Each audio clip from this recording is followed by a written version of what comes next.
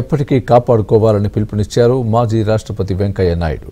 సాహిత్య తపస్వి పోలవరం కోటేశ్వరరావు రచించిన సాహిత్య స్వర రెండో భాగం అనే పుస్తకాన్ని వెంకయ్య నాయుడుతో పాటు సినీ నటుడు బ్రహ్మానందం కలిసి ఆవిష్కరించారు.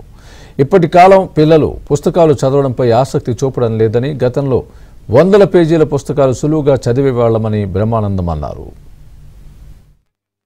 ఎందుకంటే తల్లి నేను తలంచి పుస్తకం చేతని పోలితిని నీవు నా ఇల్లంబందున లేచి సుశబ్దంబుల్ శోభిల్లం పలుకుము మంచి మాటలు శోభిల్లం పలుకుము నాదు ఆజ్ఞ సంప్రీతి జగన్మోహిని పుల్లాబ్జాక్షి సరస్వతి భగవతి భారతి పూర్ణేంద్ర బింబాలని ఎవరికి వాళ్ళు తెలిసినటువంటి ఒక అద్భుతమైనటువంటి రీతిలో సరస్వతీదేవిని కోల్చుకుంటూ ఆవిడ ఎంత ఆనందిస్తుందంటే మావయ్య ఎంతమంది నన్ను ప్రశంసిస్తున్నారో తెలుసా అని శ్రీమన్నారాయణకి చెప్తే, నారాయణుడు ఎవరు?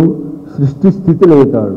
సృష్టి బ్రహ్మదేవుడు చేస్తే, లయం శివుడు చేస్తే మధ్యలో నడిపించేటువంటి స్థితిని కల్పించేటువంటి నారాయణుడు మనకు మంచి స్థితిని కల్పిస్తాడని సరస్వతీదేవి రికమెండేషన్తో అది అటువంటి స్థితిని కల్పించినటువంటి, అందుకనే life is short art it's long.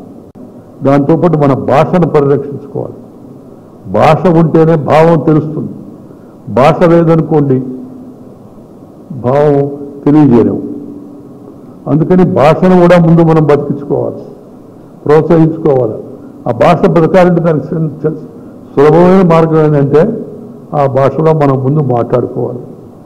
ఒకరితో ఒకరు మాట్లాడుకోవడం ఒక మంచి ఆలోచన.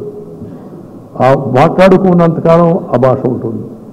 దాన్ని ఇంకా అక్షరబద్ధం చేసి మంచి సాహిత్యంతో కలిపి ప్రచురిస్తే అది మరింతగా ఉపయోగపడుతుంది, నిక్షిప్తమై కూడా ఉంటుంది.